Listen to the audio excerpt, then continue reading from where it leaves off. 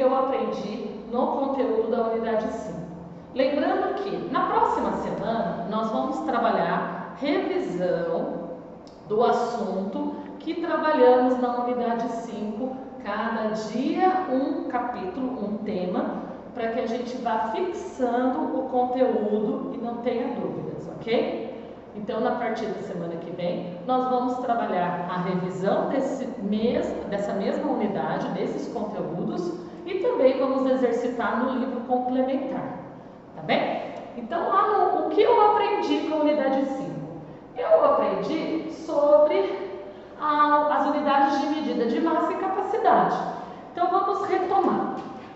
Página 178, pessoal. Página 178, eu vou completar os espaços vazios. Complete as frases a seguir com o que você aprendeu nessa unidade. Algumas unidades de medida de massa são, vamos ver o que já estão aqui: grama, quilograma e o que a gente viu antes? Qual é a menor unidade do quilograma? É o miligrama. Opa, escrevam aí, por favor. Miligrama.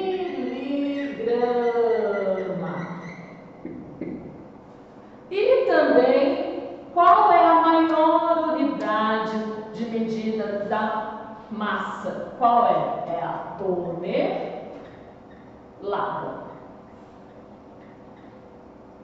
Certo? E algumas unidades de capacidade são, aqui eu tenho litro. Qual é a menor unidade de medida de capacidade? É o mililitro,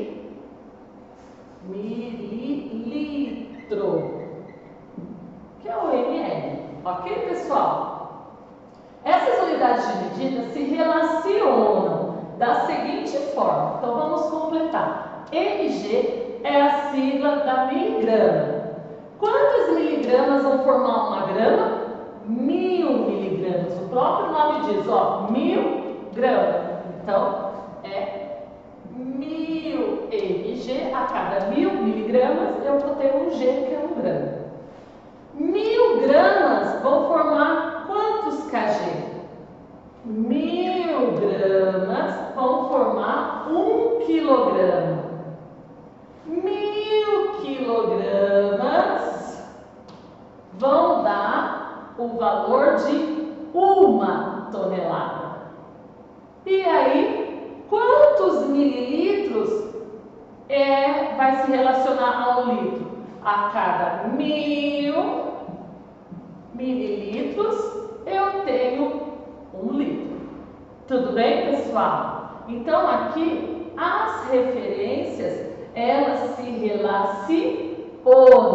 Eu vou passar aqui por cima, pessoal, para vocês enxergarem melhor aí, tá? Então, aqui eu tenho 1000 miligramas para 1 grama, 1000 gramas é igual a 1 quilograma, 1000 quilogramas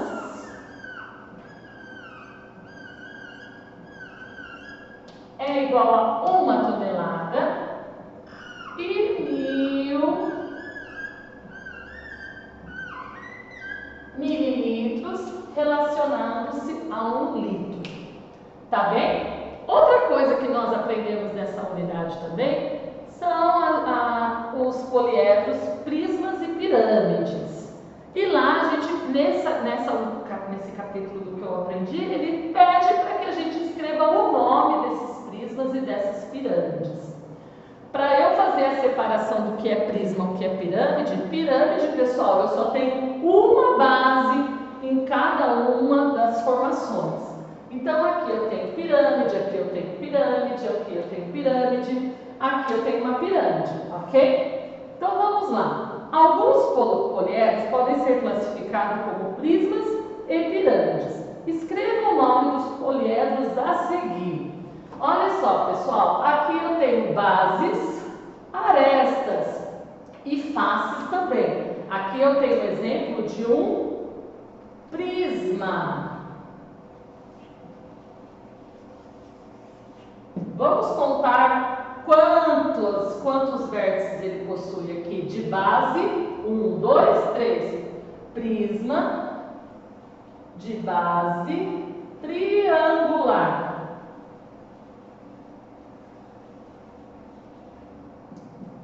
Vou trocar a caneta, pessoal. Este aqui é que está aí ao lado, ele está na forma horizontal. E ele possui, pessoal, apenas uma base. Desse lado ele é uma pirâmide. Então aqui eu tenho uma pirâmide de base também triangular.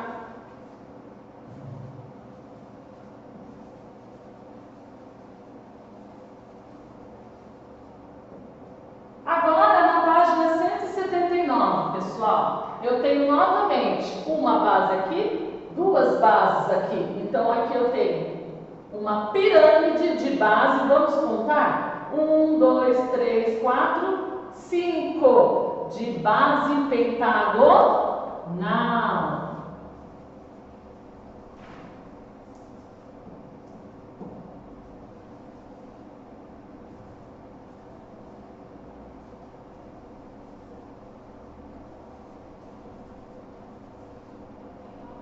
Aqui eu tenho duas bases, vamos contar os seus vértices. 1, 2, 3, 4, 5. Então, aqui eu tenho um exemplo de prisma de base pentagonal.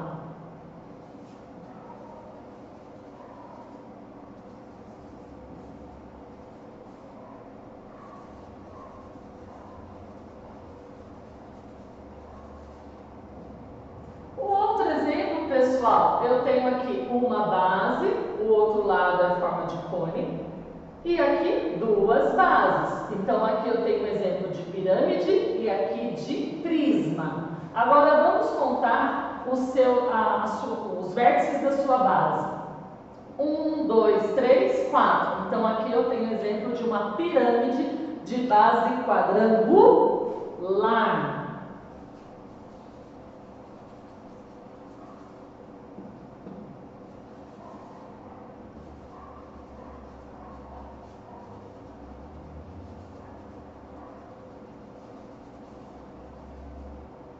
E aqui eu tenho duas bases. Vamos contar os vértices da sua base? 1, 2, 3, 4. Aqui eu tenho um exemplo de prisma com base quadrangular.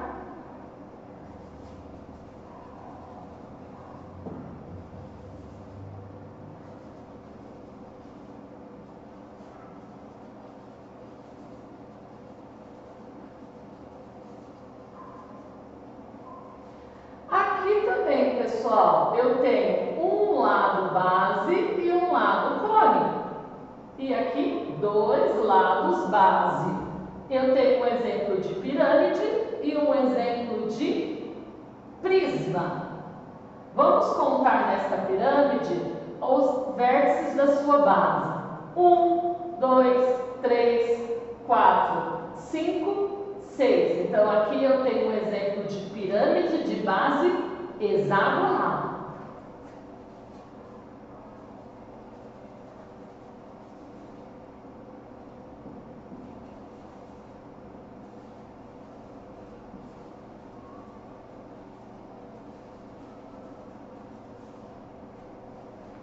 E aqui, como eu tenho um prisma que tem duas bases com o mesmo polígono com base, vamos contar o número de vértices da base. 1, 2, 3, 4, 5, 6. Aqui, tudo que eu tenho nessa base, eu tenho aqui em cima, na sua outra face. Então, aqui eu tenho um exemplo de prisma de base hexagonal.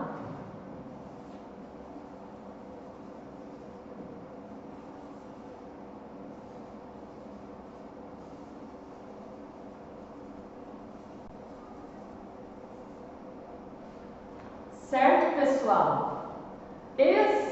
Essas são as páginas 178 e 179 do capítulo que eu aprendi. A tarefa de hoje, pessoal, vai trabalhar a parte de prismas do poliedro, prismas e pirâmides.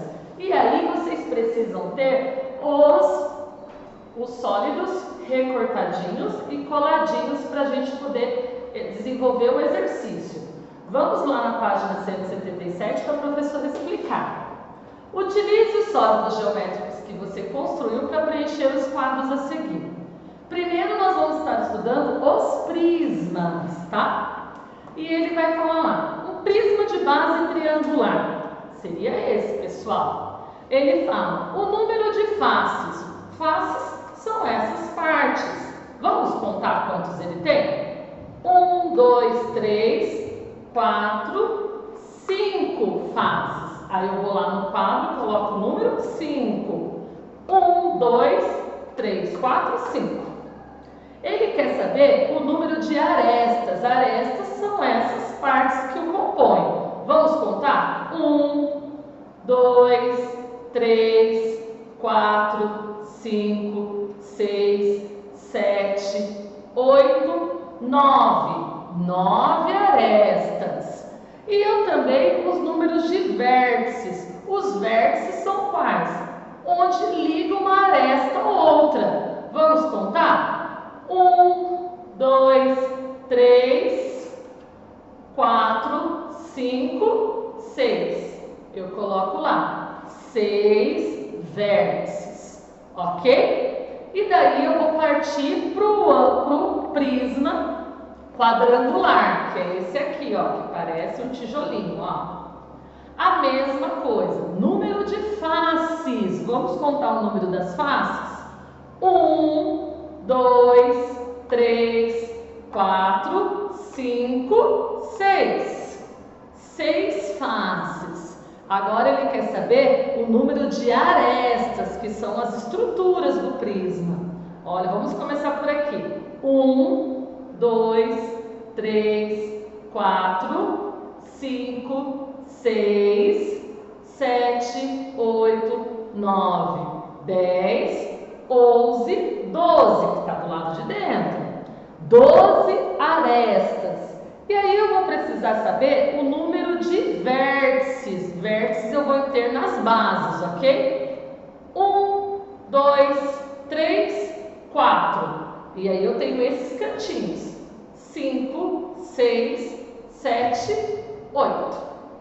Ok? 8 vértices. Então, para todos, vocês vão contar o sólido já montadinho para a gente corrigir na aula remota de hoje. Vocês irão fazer isso com os prismas e também com as pirâmides, tá certo, pessoal? Completando o quadro, na aula remota de hoje, nós vamos corrigir, vamos socializar os sólidos e também corrigir a tarefa do dia anterior. Bom, eu espero que esteja clareando aí as informações. Na semana que vem, lembrando, nós vamos trabalhar ainda a revisão desses conteúdos da unidade para a gente continuar ali prosseguindo com o nosso livro de matemática. Um beijo, pessoal, e até mais tarde.